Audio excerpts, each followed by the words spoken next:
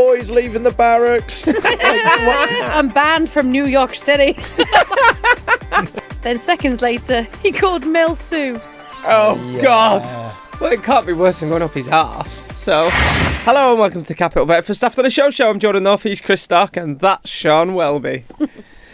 We should start by saying last week, was it last week we were talking about Engelbert Humperdinck? Yeah, we were for some reason. So, imagine my surprise when on Sunday I opened the Sunday Times newspaper, the magazine, the Sunday Times magazine, and the first thing I always read is A Day in the Life. And guess who was doing A Day in the Life this week in the Sunday Times magazine? Engelbert Humperdinck. Engelbert Humperdinck himself. What are the odds? Like, no one's heard from him in years. We mention him on our podcast, and then he's in the Sunday Times magazine. Yeah, you fired this into our WhatsApp group, which I thought, and I'm pleased you're talking about it, because it's another example of where the mask slips, I think.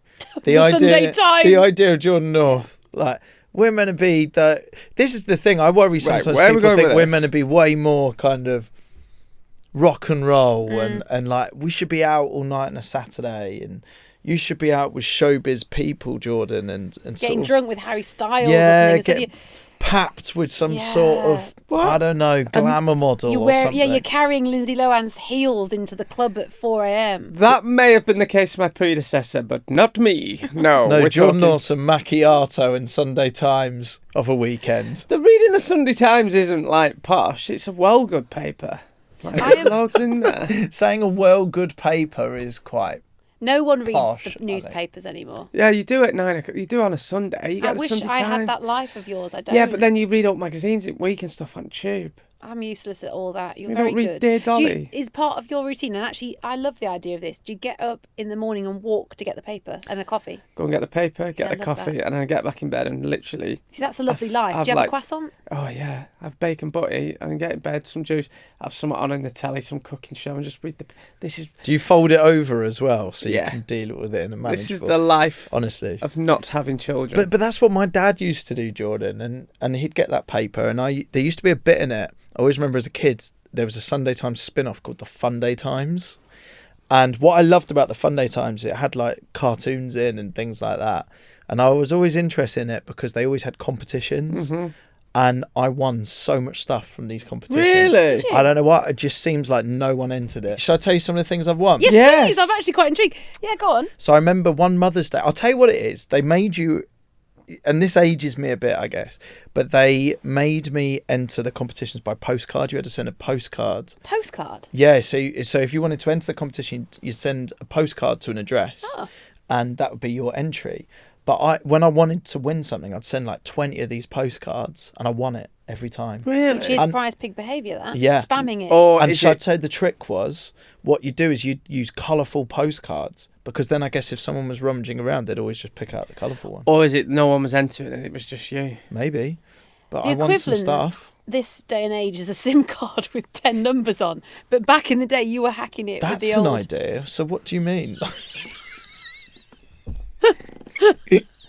Can we? You were way ahead of your time. No, we can't. Okay. And so what I would win, I won all sorts. So I remember for Mother's Day, I won my mum a bouquet of flowers. That's sweet. And some, like, I don't know, some Debenhams vouchers or something. That is really so some M&S vouchers. Best thing you won then? Best thing I won, a Sprea's boots. Pardon? A footballer called a Sprea. You won his football boots? I won his Puma Kings. A Sprea? Who was that? Yeah. Who did he play for? Newcastle player. Mate, he was ledge. With a mop head?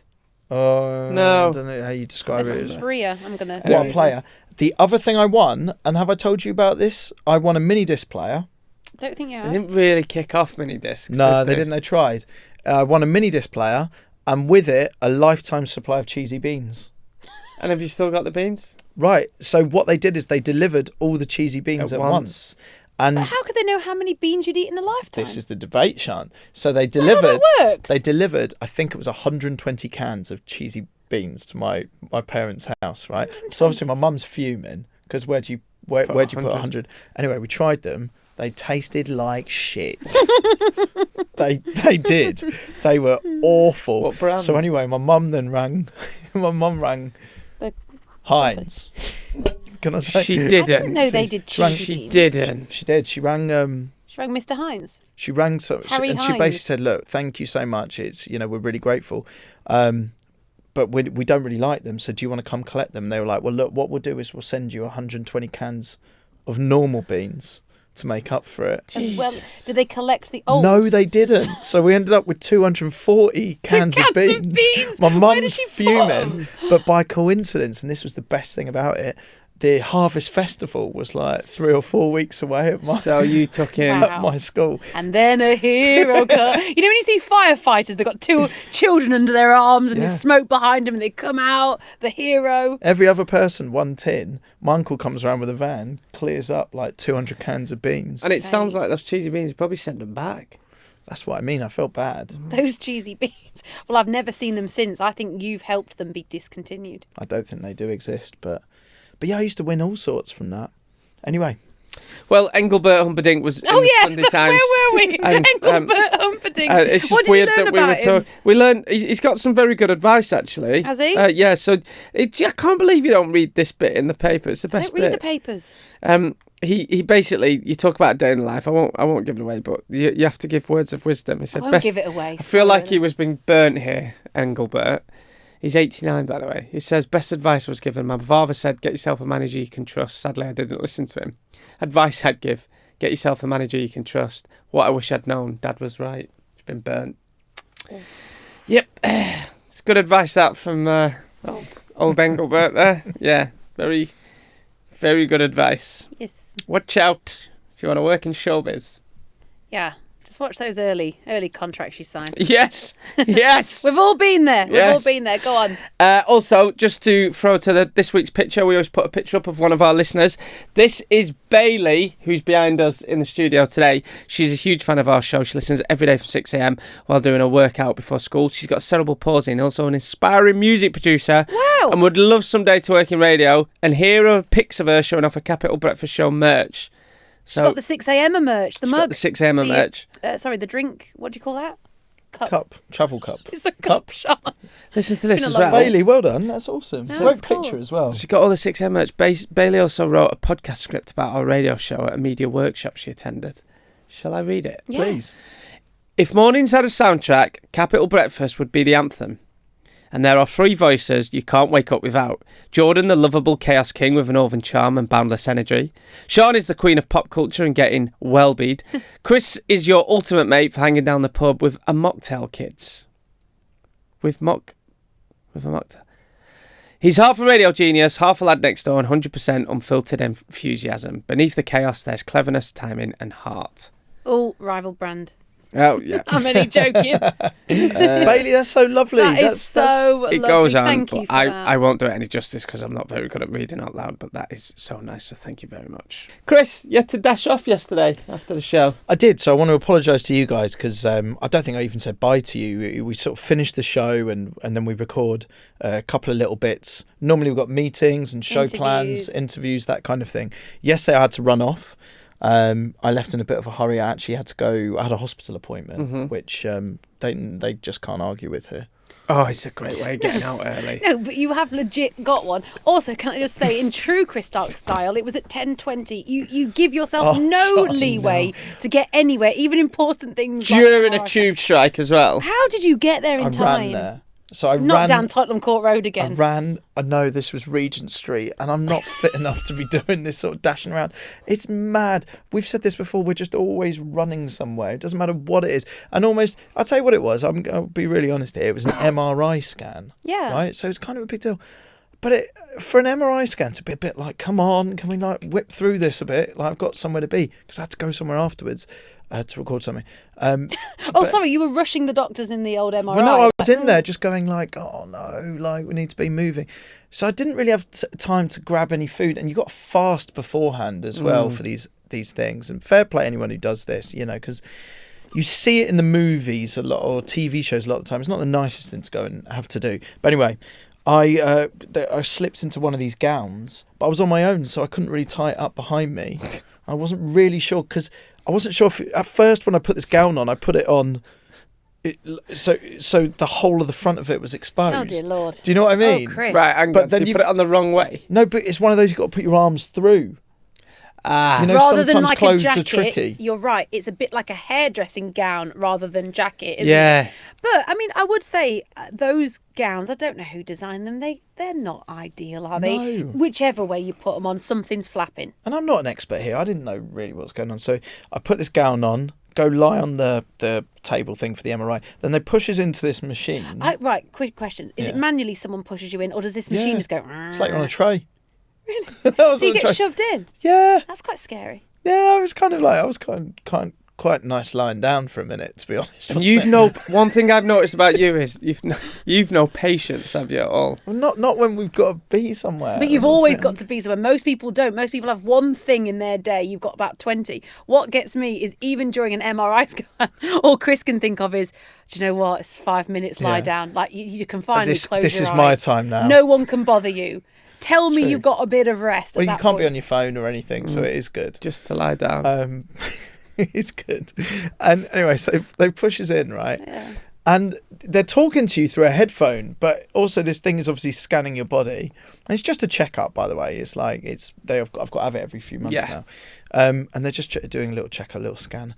And I was lying there and I was breathing. And the problem is, as I was sort of breathing slowly in and slowly out, and they're giving instructions through the thing, my gown, I was so worried about my gown kind of flapping. I could feel it moving away from my legs. But you're stuck in the machine, aren't you? And then I felt like, before this goes too far and the gown's just completely flopped over to one side, and I'm just lying there, knob out. And because I've got headphones on, I don't know if anyone can actually hear me. I was like, do I say something? Do I say, like, excuse me, like, boys leaving the barracks? Like, what do you do? Yeah, because I suppose that's why you're going in that machine. Yeah. So it's weird that you had to have a gown on actually altogether. Yeah. But then no one explains these things. You never That's have what to do I it. mean. No and you're boxers. expected to know. Well, I went boxerless just because I assumed that's why I was given the gown, but maybe that was an unnecessary. I don't know. No, I think you're I right think because so. there was no reason to not have boxers there. So you're right. So I just looked like, this is my thing. No one tells you this stuff, though, do they? This is where AI could do really well, couldn't it? You should just be able to, every room by now should be able to go, do they want me to take my boxers off? Yeah. Well, the MRI machine goes, please keep them on. Yeah. I don't need to see that today. I see you're wearing no boxers. Ah, hello, Chris Stark. Thank you for showing me everything. We're examining your chest. Not your We're cock. examining your ball. Wait. Speaking of which, can we please talk about the error that happened quickly on air today Oh, God. to That's a do biggie. with this story? Should we just play the clip? Just play the clip in all its glory. Just for those of you that listen to The Breakfast Show, you will remember this moment. It happened. It was live. Look, wider context to this, in case you don't know, lost a testicle a couple of months ago. Due to cancer? Due to cancer, yeah. Look, Chris is the didn't go most- down the back of the sofa. Yeah. The way Chris has handled this is the most amazing thing ever, by the way. And I will say that to you. You are incredible. Thank you. And the way you have made this whole thing of testicular cancer, which was such a taboo, you've made it so talkable that we're getting to the point where we're laughing all the time and I forget how serious it was. So Live thank you for radio, that, Chris. John made this mistake. Yeah, sorry that you... I think that we did... You were robbed this year, actually, Chris. What a tearjerker moment. Yeah, you should have been nominated for... Willie. You know... Oh, no! I pressed the wrong clip! I genuinely pressed the wrong clip then. I thought it was the dong. You're not a million miles away. I played the wrong clip. The clip said Willie, but I thought it was the bong. You wanted like a comedy Doink. doink? I called it a comedy boink. I wanted a boink. A boink. But that just said Willie. I didn't have time to listen to it beforehand. so funny. Sorry about that, Chris. All good. I think the guests have been brilliant of late. Are we allowed to say that? Are we allowed to blow our own trumpet? Well, I don't think What it is it? even that. It's just that there's a good vibe and everyone seems to be a bit more, as they would say, unserious. Everyone's enjoying themselves a bit more. I feel that in the air in general. And I think that's why it's spilling into interviews. Everyone seems a bit more relaxed for whatever reason. Yeah, but I also think guests are coming into the show now. It's funny how many guests that come onto the show. I know it seems like an obvious thing to say, but listen to the show and sort Yeah, of it's understand nice. what they're coming into. That's and true. I think we're making a good vibe about it all. I feel like when people come onto the show, they already know a bit about it and know sort of what they want to come on and get involved in, and we're having a lot of fun for it. Really. One of the guests I want to talk to you about, Joe Locke. Oh, he was great. I didn't know too much about this fella before, and he's brilliant. Really, Yeah. really fun. Question: After the show, did he start following you on Instagram? Yes. Yes. Did you follow him first to get the thing, or did he suddenly? It's always awkward when a guest follow you and you don't follow them. But I followed him back. I didn't already So follow he him. followed you first. Yeah. Yeah. But then I do try and DM most of the guests, which everyone thought was a bit weird. I do. Right, and this is what I want to talk about. Okay. Well, I DM most of the guests after to say thanks Do for you? coming on. It was Now, do really you great do to have that? you on. I do sometimes. I'm guilty of that. Yeah. Yeah, I just Right, think so it's if nice. I then did it, they're receiving 3 separate messages from. Yeah, but that's quite nice, isn't it? No Do one you ever think? gets thank you. Yeah, people don't get a thank you these days. That's what I think. I think not a lot of people get, oh, thanks for coming on. That was really nice. So if all 3 of us are doing it, yes, it might be thirsty and a bit, I think it's bit a bit intense. For me, it's a bit thirsty. Yeah, and but we're all want doing you, it- I want you to both row back. I think it's with the right intentions. I would say personally, I'm only doing it to try and be nice, genuinely. How do we know that producer Cal isn't also firing in a DM We then don't as well? know, you're right. Well, he'll Nana email Toes, the team. 100%. Oh God, Nana Toes will be DMing them for sure. Yeah, you know that. But I just think it's nice. Pretty much most guests, I would say thanks for coming on today. You were great. I do, especially if they've been nervous or, yeah, because Joe felt like he was just brilliant. I mean, God, we got him doing some stuff on that show. Did you DM him? He followed me and then let me see, I can't remember. I saw a little follow pop up. Sorry, I know this is petty because it's just Let me have a look. following on Instagram and things Did like he that. follow but I just you? think- It's really yeah. nice, though. I thought he was so But I didn't sweet. DM him. No, we didn't Sorry, I DM. We tutted just followed then each when I other. found out. That's what I mean. I think there's a bit of a sort of unofficial competition happening between the 3 of us after a guest comes on around this whole following thing. No, I'm not. I don't think so. The production team have put in the script. Do they reply? Most of the times. I messaged Paul Mescal. He didn't reply. I'm just thinking. Did he That's reply what we to should you? do. I don't think I messaged Paul. Let me have a look. I need to see who I've messaged. Robert De We ought to go Niro's not through on them. Insta. Did you message Robert De Niro? He's not on Insta, I don't think. Paul, who did you just say? So Paul Mescal. Mescal. Yeah, Renee Rapp. Did you DM her? I didn't actually DM Renee Rapp. Can we? Do you know what? I think I worry it looks thirsty. So I think what we need to do is when a guest has left, we each have a quick debate about who gets to DM them. I'm just going to say, We can't be because doing- I feel like the listeners will pull us up on this. Paul Mescal doesn't have an No, official he Instagram. didn't. So who have you messaged? I just think I've messaged the The fan picture- account. The fan account, which is a little bit tragic. Sorry about that. and they still didn't reply. Oh no! Is Paul Mescal not on Insta? God. Any guests now that we are nailing it with the guests? Any guests that you're still manifesting? There's always something. I know who I want. I can never think of them on the spot. Go on, who? I want Harry Styles on. Yeah, I've only ever interviewed him over Zoom. I think my only worry is he'll probably do other shows and stuff. But I want Harry Styles and Taylor Swift on.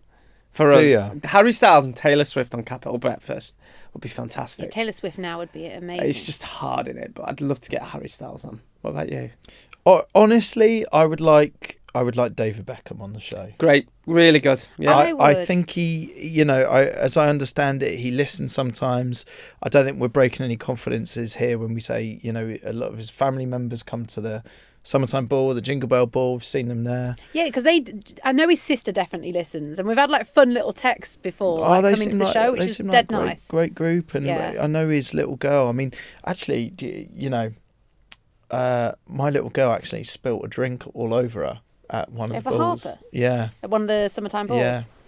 We've got a lot of funny stories regarding just things, surreal things like that. I think we might have spoken about this before, but there's also that moment where accidentally Peter Crouch ended up in the queue for the face painting Oh yeah. at the summertime ball. I don't know if we spoke about this before, but it's just funny. Did he The get stuff his that face happens. painted?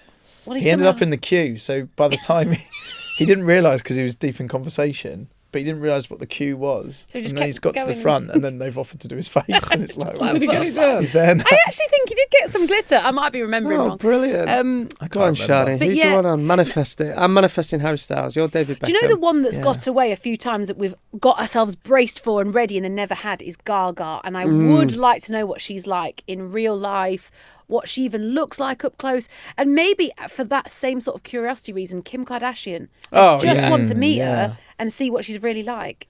Do you remember the Gaga when I interviewed her at the Oh, junket? Should we play the you clip? showed... Yes. I said- you showed her a picture of you in the shower? No, I showed her a picture of me in the shower, and I went right straight in, no kissing.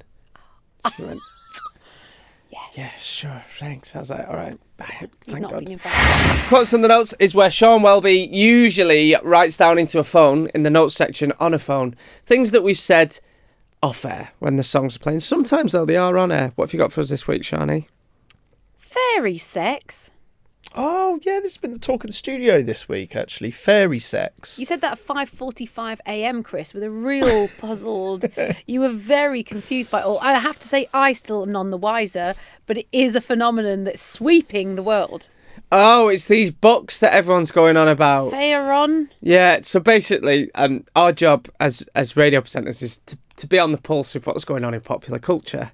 The books are called A Court of Thorn and Roses, and Jimmy's like, everyone's reading these books at the moment, especially young people, so if any of you are on it, do you want to talk about it? We were like, no, I tried to read it, but it's all about, like, fairies and dragons and fairies having sex. It's apparently quite, like, raunchy With as well. dragons? Well, no, I think it's fairies shagging fairies, which for me is just, I like a good book.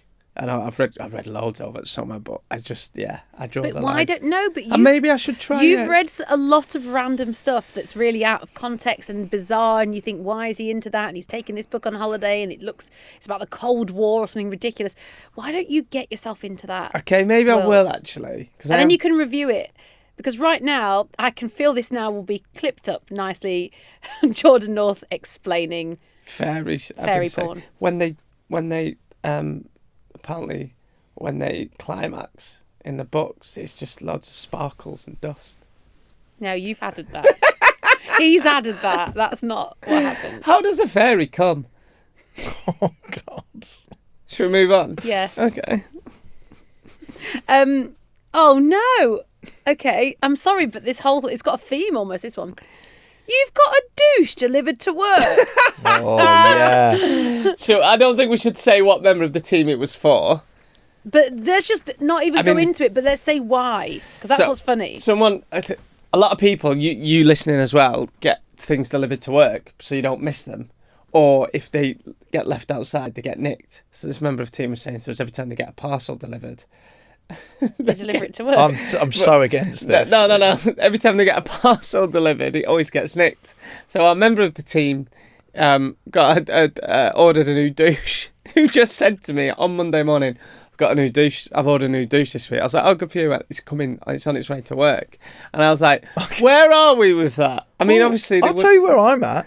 It's the idea that good staff that work in this building are having to receive a parcel. it's not been used. No, it's not. I'm not saying that. I'm just like, there's a couple of people. We've got security here. The parcel gets delivered. The parcel then is, it worked out what floor it's on to our floor. It's then brought up, and this is, a guy on our team's personal douche. What's It's hilarious not- is it's probably that been shouldn't through happen. some sort of X-ray for a bomb check. Yep. Do you know what I mean? The place that douche has been before it gets to its owner. Well, it can't be worse than going up his arse. So, Lovely. Good. well, We that's connected the where. dots. Well, yeah. So, it could have been a female member of the team, maybe. I don't know, but yeah, we were just all like, right, fair enough. This member of the team, was quite proud that they've got. I just think it's one of those rules that you don't really feel that you should have to say, but I think getting sex toys delivered to your place of work should be a no. I agree, but it's not a sex toy. Well, is it? I've got to be honest. I'm not familiar with the work. of It's a douche. sex preparation apparatus. apparatus. Fine. So, can we all just agree that no sex apparatus is delivered to your place? Yeah, of I work? agree, because that could have gone wrong. What if, like, the top had come open or someone had opened it? Yeah, poor Patrick, who delivers real mail. Oh, Patrick. The Bless him. poor man's got enough on his plate. I He know. doesn't The need man's this. peddling douches. Here's your douche. He doesn't need that. Yeah. Patrick's busy sorting out tickets to concerts, Coldplay, and all this other stuff. And then Here's your douche there. Would you like your douche? He's Irish. Do you think he knows what's in the parcels? I think he probably Oh, does. of course I think he does. gets. Patrick knows everything that goes on that Does. floor. He's Every a gem. workplace has got someone like him Yeah. who's kind of You've like, got to keep him on side as well. yeah, oh yeah. He said to me once, "I'm Go on. Patrick's such a mystery." I was saying something He's about a a holiday, legend. and he was like, "Oh, I'm banned from New York City."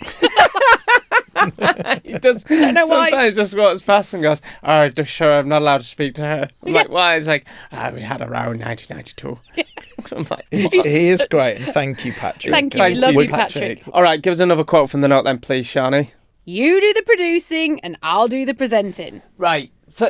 For that was me to our producer Jimmy, and it's going to make me sound like a right diva. It was kind of a joke. Me and Jimmy have a bit of love-hate back and forth banter in the studio, don't we? And he basically he says no one jumps on me when he goes, mate, you need to get your teeth in for this link, or read that right, you knob, and stuff like that he says to me. Yeah, but I like Jimmy's tough love because he's like the teacher you want to impress. I feel like when he gives you a compliment, you know it's real from Jimmy. So he wrote something on my screen, and I was like, I'm not saying that. And he went, right, fine, which he is. And then jokingly I went, you do the producing, I'll do the presenting. Shall I tell you the context? Yeah, go on, what was it? It says, you do the producing and I'll do the presenting. Jordan to Jimmy. Then seconds later, he called Mel Sue. Oh, Yeah. God. Oh, Yeah. shit. That's the problem with anything like this. It comes to bite you in the arse. Bit me on the arse. So Mel and Sue were on the show this week, and obviously I've met them both before individually, and I'm on this new ITV show with them, Win Win, and I looked Sue right in the face. No, you looked Mel in the face and Oh, I called her looked Sue. Mel in the face and called her Sue, and then she was going, no, I'm Mel. And I was like, no, you're Sue. She's like, no, trust me, I'm Mel. So that was weird. And then Jimmy was just there with his arms to go in. Yeah, you knob, you do the presenting. Firstly, we need to address the reaction to... Oh, God, I forgot about this. Yes. Oh, no. To the Brown Monday reveal. People were very happy to finally get to the bottom of that story. Now, I said last week, after the record, I was like, shall we cut that? And I was persuaded to keep it in because it was apparently very funny what happened on Brown Monday during the Bond game. My arm was twisted and I said, all right, no social clips, which has annoyed Maddie because Maddie would be like, it would do really well on socials, but I said I can't be bothered it getting picked up and out of context because I just know the headlines would be Jordan North shits himself in Capitol Studio, and it wasn't. I mean, you're writing it for them right now. Yeah, and then I've actually had a tabloid journalist message me. Well, what was great is on the live show, on the time of recording, it was a Tuesday, right? So on the live show, Jordan brings up the podcast, to which he says, coming up, we've got the Bond game, and if you listen to the podcast, you'll have a little story that's exclusive to the podcast, and we're calling it Brown Monday. His phone goes off immediately. Tabloid journo, what does he message? Yeah, right, what's Brown Monday? Eyes emoji. And that's now, I think, going to be picked Shall up. I just double check if it's in the papers? Because I have not looked. Have you? Not yet. Probably. I'm really hoping it's the Sunday Times, actually. Best advice given: don't shit yourself in a radio studio. It wasn't. By the way, I didn't. Oh, I'm not going into it. No, wasn't, don't go there again. But it did get a big reaction, as you were saying, right? So what have people been saying then? Richard in Bradford says, thank you so much for telling the Brown Monday story. You teased it a few weeks ago.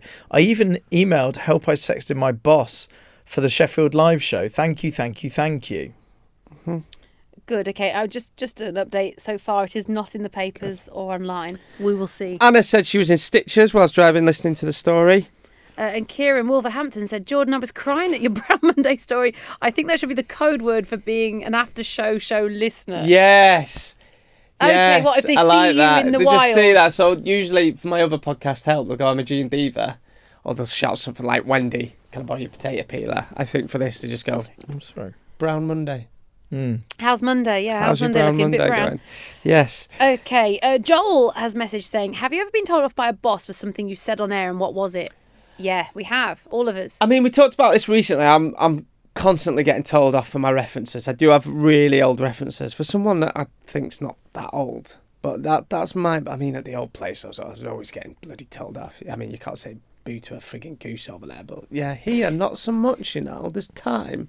Have I been told off? Have I been? I'm trying to remember. I definitely have, and I just can't think right now. I need to come back to this. I get maybe. told off by Callum a lot, don't I? Sometimes Callum just gives a look, and you just know, don't you? What did me and Callum last fall out over?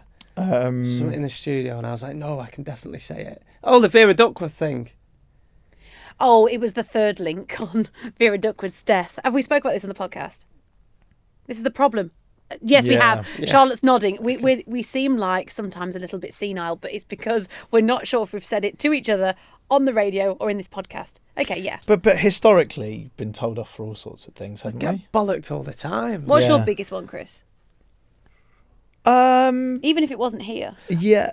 I'll tell you one I got really told off for at the last place. And I kind of had to, I What? said I'm watching Burnley game, and They were like, "Where are you watching it?" I was like, "I was watching it on telly on Fire Stick." Oh. Yeah. Especially when the station you worked at the time had a channel, a legit channel where you have to pay TV license for. So I that's ideal. really got, and I got rid of it, and I haven't had one since because they're not good. Yeah. Well, illegal streaming. Can't encourage that. No, we can't. And I was in the wrong, so I really got told off. That's the thing. You say it's such a position of responsibility here sometimes because you do say things that you regret You on do. the radio. You do, of course. It's like, but it just happens as part of a conversation. It's only afterwards you then go, oh no, I wish I hadn't said that, or I wish I worded it a bit different. I remember we did a load of quite lazy Essex jokes, Right. and that really riled quite a lot of people. Is that for the comic relief thing? Yeah. Yeah, I thought that was funny. But I'll tell you, I actually thought it was quite funny. We had Bobby Norris on doing the jokes, and but then I remember that there was a few articles about that. And ultimately, you never want to offend. You never want to. You never. I don't think we ever set out to offend or ever have. It's just occasionally you say things, and then when someone tells it you back and then goes, "This is why I'll upset people," you go, "Okay, fair enough," and you apologise. Yeah, and move on. But you do make mistakes, you know, and you do get told off sometimes because of it. I did that. I said, for some reason I was talking about Madonna, and I said my mum always gets mixed. I'd come out of the castle, and my mum said, "Oh, have you heard Madonna's dead?" You know, when I got out of I'm a Celeb. I was like, "Oh God, what's happened?" And she went, "No, not Madonna, Maradona." Right. I said she always gets mixed up, and I said on air, one's a footballer, and the other's a pensioner. I got told off for that as well because it was quite ageist. Thing is, this is what I mean. This is what's so hard about our jobs, because if you are in our circle of friends or we're down the pub or whatever, You'd say that. you know it's coming from a good place. And I would say anything that we say, especially in the way we are as people, I can vouch for all of us, we never ever mean something with negative intentions. And if sometimes we push the boundaries a little bit because we're just trying to make you laugh, or we're just trying to say something a bit fun. We had one situation where a radio station called I think it was Jazz FM, was it? Yeah. Had accidentally played porn out. Oh, I remember that. I know the person. On its, do you? How would they Oh, I remember this story. They were watching porn when they were working overnights, and they thought they thought it was like in pre-record mode. Yeah, so they've just fired up something onto the computer there out of boredom, but they don't realise their computer is attached to a fader that's obviously going out. So it's essentially like when the fader's up, it's essentially like having the volume on. Oh, it's going out. It's broadcasting. Yeah. So I obviously wanted to play that on the radio as well because it was quite funny. So then I got in trouble for the porn thing, and I wasn't even the one watching it. Did you ever get in trouble for innuendo bingo being too innuendo-y? Well, no, actually, didn't get in trouble because you've got to see some things for what they are, and like you genuinely anything kind of. If you're not trying to offend people, I think you can say sorry. And if people don't like it, they can always turn over. Yes. And we always say that whole thing of like beg for forgiveness, because we would rather be as authentic as we can. And our conversation is as close to what you do down the pub as possible. And this is even more so. I mainly say it to wind the producers up in the studio. I always say, when they're asking, I always say to them, don't ask them, ask for forgiveness, not permission. Beg for forgiveness, not don't permission. ask for permission. Because if you're going to say it to them, they'll go, I've just had a look through text, actually. I got told off recently for the placenta thing as well.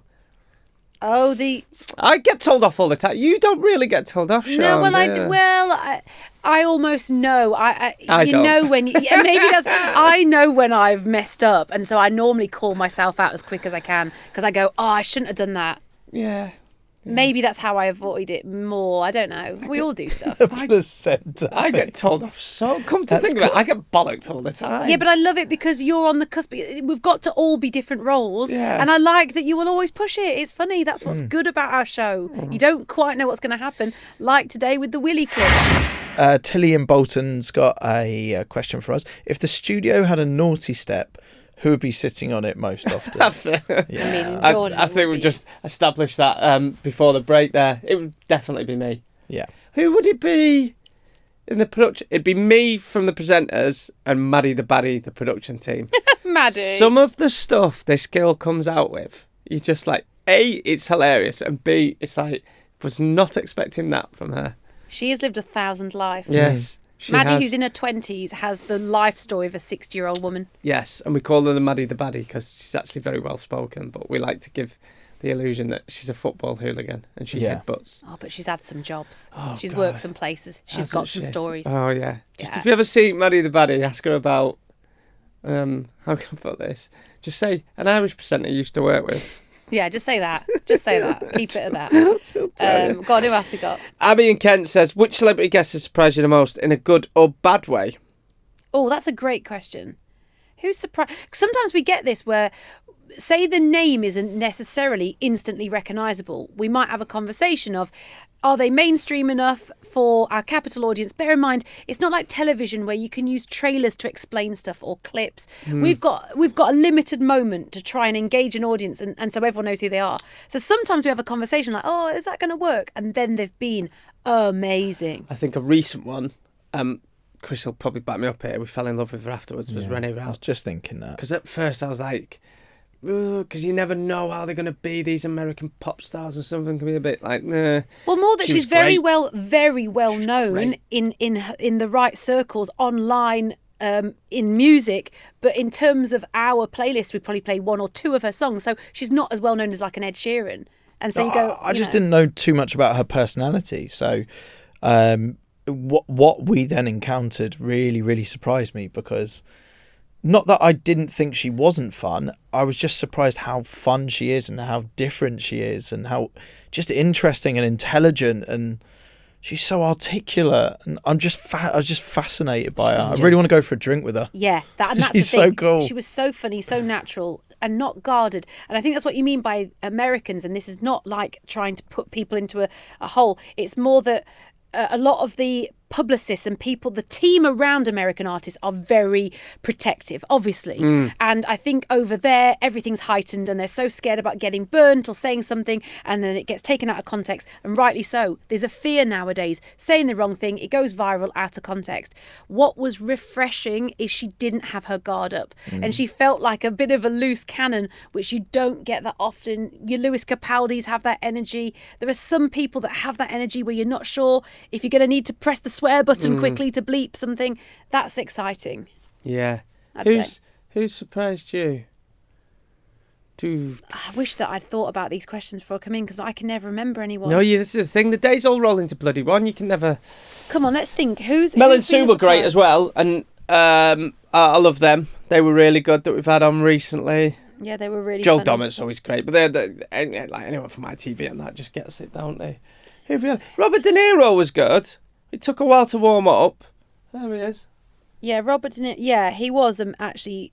Again, some artists or some people need longer. You need an hour with them, and then the last 15 minutes would probably be gold. But some of those people, yeah, they take longer to warm up, and you haven't got the time. Yeah, we can say that about, what do you call it, the show we love on Apple. What? Severance. Yeah, they took a while to warm up, didn't they? There's one for you. I'm a massive Adam Scott fan, right? Love Adam Scott, loved him in Step Brothers, and I love him in Severance. Maybe he wasn't quite as animated as I thought he would be. Because you've got to remember, we want him to. He was actually, the interview was great and he was great, but you just want him to match our energy, and not everyone And again, is. am I wrong about that? Because was it actually quite funny in the end? Sometimes I don't know. It's they're hard just to remember. like, No, it was funny. It was funny, but you got to remember when we talked about this before. We always want the guys that come on the show to have a good time, really good time, and to really like us. Yes, as that's well. true. And with those guys, I think they were doing a massive press tour with Severance, which is quite a kind of intense, complicated show to explain, and the best of that. And he surprised us in a different way, not a negative way, No. but surprised in a different way, and maybe how kind of softly spoken and maybe, dare I say it, quieter he was than perhaps I thought his personality would be. That's That sometimes happens, and that's a big thing with actors. You do need to remind yourself, it's like we see him playing roles a lot of the time. What I love about our show is, and I used to get really frustrated about it previously, is sometimes, and Sean, you and Chris, you always back me up with this, if we've got a guest on or a big guest, I say, we don't have to play a silly game.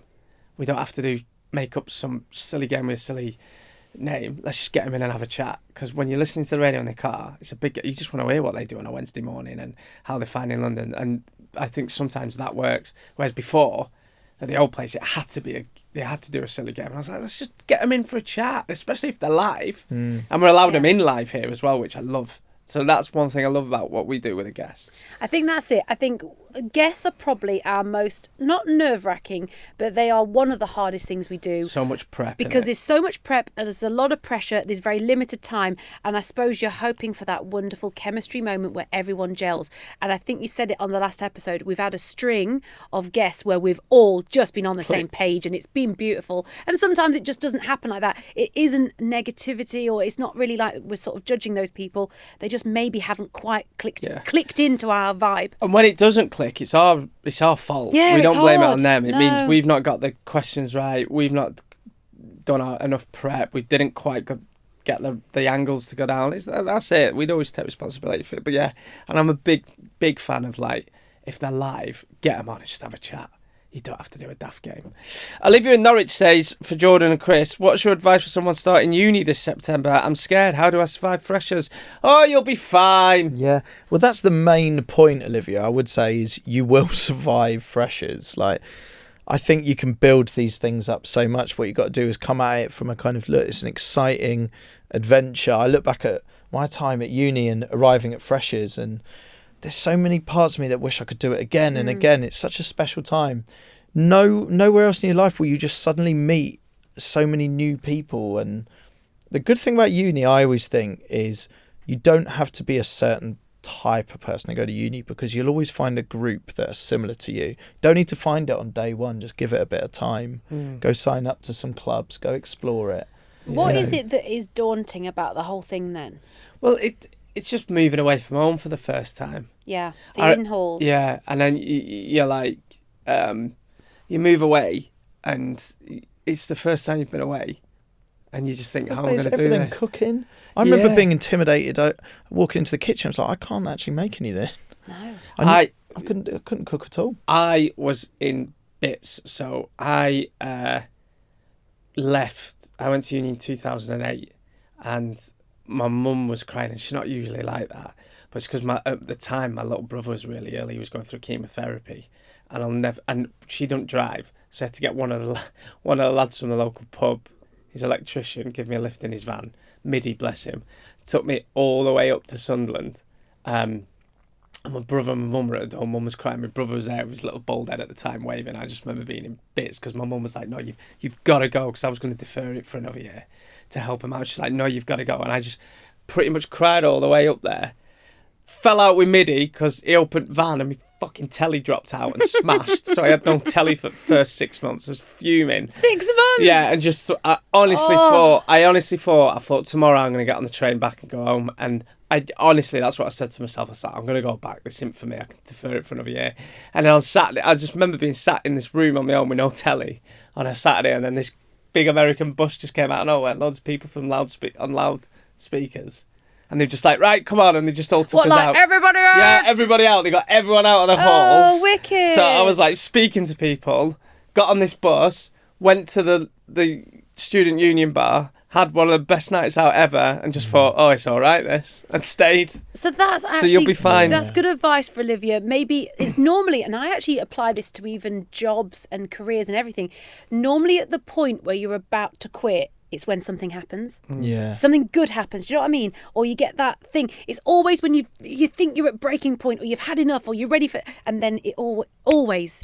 The best thing happens. Also, your brain, it's all ingrained in us. I think it's evolution, isn't it? That you've got a fear thing and your body fights against it. So everything about situations that can be uncomfortable, your brain, rightly so, kicks into a sort of safety mode. It's probably from where we were chased by bears or, whatever it was back in the day. And that thing is just ingrained in us. And you do actually just have to go, look, I recognise my brain's trying to keep me safe. That's all good. But I'm okay and I can, just go explore this. Freshers' flu is an actual thing. It is an actual thing. What, you just get ill? You get so ill. Like kids at nursery? Yeah. Exactly like that, because people come from all different parts of the country, all different parts of the world. You're put into this room together, you're partying, dancing, snogging everything that bloody moves. You are. Well, I didn't get off with anyone straight away. Shut up. Did Yes, not? you did, Chris Stark. Yeah, you did. I seen you when you were 18. We've seen that chiseled jaw. Even I got off with people at uni, and I looked like a young Onslow when I was 18. That's a reference for you. Google it. Right, and on that note, that's us done for another week. You know what I'm going to say to you? Do all your podcast admin. Like, subscribe, review, and share. Tell all your mates about us. That's the most important thing. Yeah, please, because we enjoy doing this, but we do need you to be really listening to it and telling other people that it's good, even if you've not made your mind up. Just pretend. Also, send us loads of emails after show at capitalfm.com. Want your stories, gossip, questions, whatever. Yeah, do that. And also, all the old episodes, you can get them on Global Player. Catch up on those. Get Global Player wherever you get your podcast. The choice is yours. See you next time.